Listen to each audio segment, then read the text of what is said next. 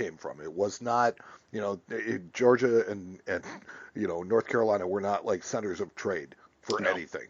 So, no. most of And this was coming out actually, of the ground, and it was local to the area. yeah, and compared to the California gold of later years, these were tiny, tiny finds. I mean, think about all the estimate coins that were made in San Francisco out of gold, in Carson City as well. The $10, the $20 gold pieces. This was all gold that came out of these particular areas. Yep. So these coins and these mints were actually the gold that they were on was not really all that great compared to later gold finds. But we're talking about these mints now. So that's where we're going to go. And I'm going to jump over to Now, the wait a minute, because before you go, I've got a really dumb collector question for you. Because I notice on these, because I'm looking at some pictures of the coins, and when I see it, I know that in 1838 they really didn't have an idea of what to do with mint marks, and they kind of stamped them, right underneath the date or right above the date, and that's what they did as a convention. But it migrated to the back of the coin. If I'm looking at a picture of the $5 half eagle from 1839, and it has a front mint mark, does the rest of the $5 series have mint marks on the front of the coin? That's a good question. The rest of the series, no. Okay, I believe it was just in the beginning. Did it migrate like in 1840 or something like that? Yeah. No, I believe it was just the first couple of years that they actually had mint marks. They put them on the front. Okay. And then they did switch them to the back there shortly after. Okay. On to Dahlonega. On to Dahlonega. Yes. Once again, Dahlonega made 3 denominations of coins: $1 gold pieces, $2.50 gold pieces, and again 5s. No, there's another one you forgot. Then what did I forget? They make Dahlonega made a $3 gold coin. Oh, you're right. 1854. They made one. And I do my research, bud. I had it right here in my notes, and I just skipped right over it. Okay, sorry.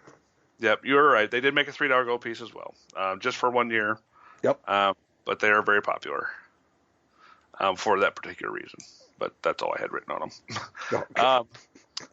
Well, that's a good reason for them to be popular. Yeah, I mean, one year type coins are always popular, but we'll get to that. Well, and literally that's about all you're going to get on that coin because, it's a 1 year type. They're really rare. Here, I'll tell you how rare they are. It says here on June 1st, 1854. This is according to Bowers. On June 1st, 1854, 1 obverse and 1 reverse die for the new $3 denomination were sent from Philadelphia, and they arrived in Dahlonega on June 10th, 1854. This represented the extent of $3 dies for Dahlonega. No later dies were made. Yes. Period. 1 die pair. 1 set of dies. Yep. You break it, we're done. Which is great for collectors nowadays because that means there is a single die marriage. Yep. Very easy to authenticate. And also, that low mintage collectors love that stuff. Low mintage, 1 year type, ooh wee. They're Sweet in. spot. That's butter. Yep. That is butter. Well, getting back to the coins they made lots of.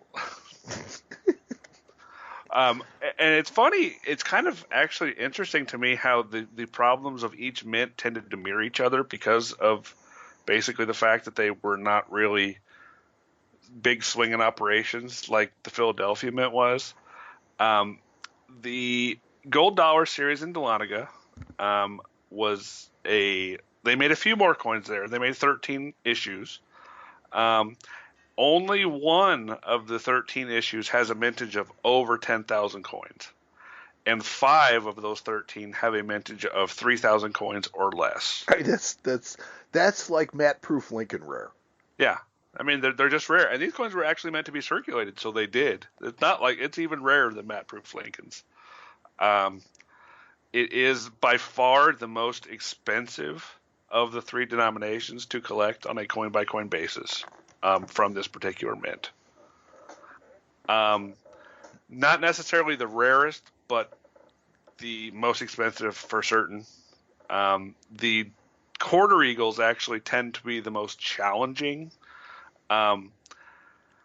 because several of the dates are just exceedingly rare. The 1840D, the 1841D, the 42, the 54, and the 56 are pretty much rare in any grade, was the information that I was reading, which tells me that the coins themselves just don't exist. And I hear you have something to say. Well, no, I was just going to say that Bowers says that quarter eagles were a staple denomination of the mint from 1839 onward, but they were not as important as half eagles. And today, while all dates are scarce, especially in AU and higher grades, there are no, and this is in quotes, impossible rarities. Yeah. Well. So I don't know. What do you define as impossible? Well, yeah.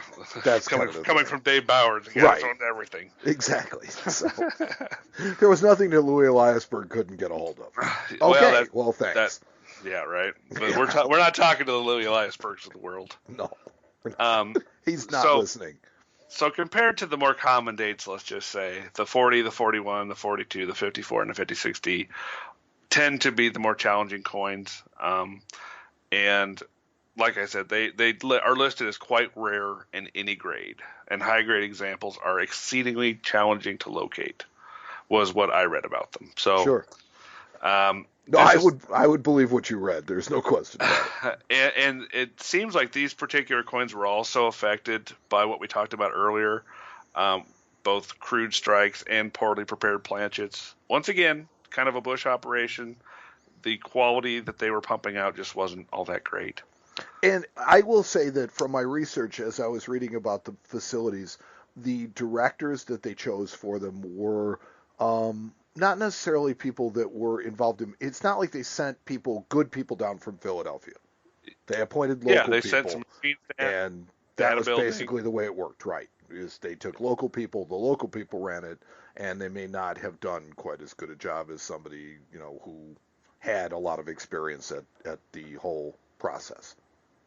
Yeah. And lastly but not leastly, the half eagle set from Dahlonega tends to be the most popular of the three denominations. One reason, again, large size of the coins, but the other reason is that most of the coins that they made are actually not exceedingly rare as some of the other coins we've talked about, and you can actually find them in circulating grades. They are also the most affordable set to own on a coin by coin basis. There was 24 different dates struck from 1831 or from 1838 to 1861, and there are two mint mark varieties actually in the 1842. I'm sorry. There are two varieties, one of which being the 1842 large date, and the other being the 1846 D over D, making the set a total of 26 coins. So once again, this set seems to be again it's a set within within the mint, but these coins are actually out there. The mintages seem to be pretty high comparatively, Well, and the $5 half eagles from Dahlonega, basically it appears from at least from the books that the coinage was, I mean, pretty much continuous yes, in yes, Dahlonega for half eagles. I mean, they were coins that were just continuously made. Some of the other, your quarter eagles, some of your, particular your dollars from both mints, and even some of the $5 eagles. There were, I think, 2 years that they didn't make $5 eagles at Charlotte, right? In Charlotte, there was actually a couple of years. Yep. No, just Yeah. one in the Okay. five was 1845. But it was continuous Yeah. at Dahlonega, Well, and and these were the large coins that they needed. This is what they needed these mints for large denomination coins made on local gold to circulate. yep, so that people could store their gold, and it was assayed and it was spoken for as far as how pure it was and how dependable it was, and people Yep. could bank on that, Yep. literally, Literally. and that's what they did.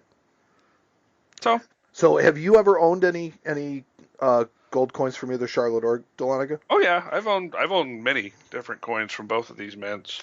I would actually say, looking back over, and besides the $3 gold piece, I can say that I've probably owned at least one example of each of the denominations and mints that we've talked about. So I've had a Charlotte dollar, Charlotte 2.5, Charlotte 5, Dahlonega 1, 2.5, and 5 as well.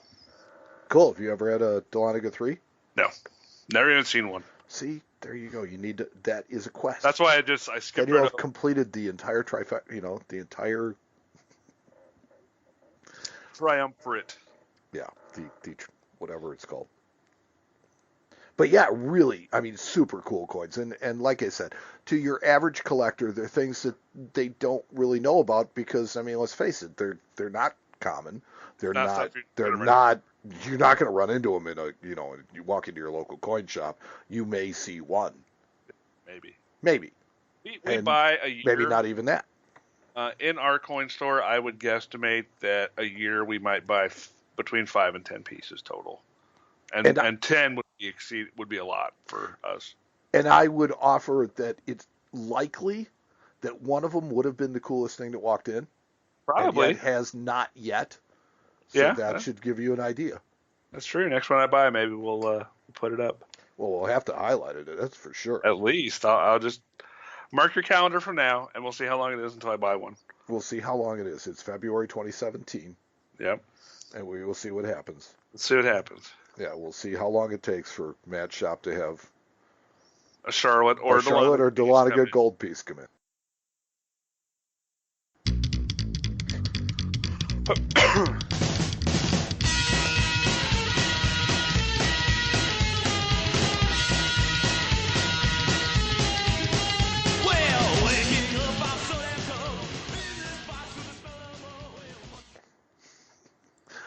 More coffin cats, just like more cowbell. Yeah, Need more coffin cats. that's right. So, Matt, Yeah. we have talked about some exceedingly cool coins tonight. Mm-hmm. We broke in news. Yep. This Can't has believe it. been a pretty epic episode. It has been pretty epic, really. And you know what? I think I'm going to shatter the mold with what walked in. No. Yeah, I'm going to. It's going to happen. Okay. Okay. Well, you ready? You Yeah. ready? No, absolutely. Knock me off my chair. Well, this is going to be a weird roundabout story. Like it has a really, it has a really neat tie to numismatics.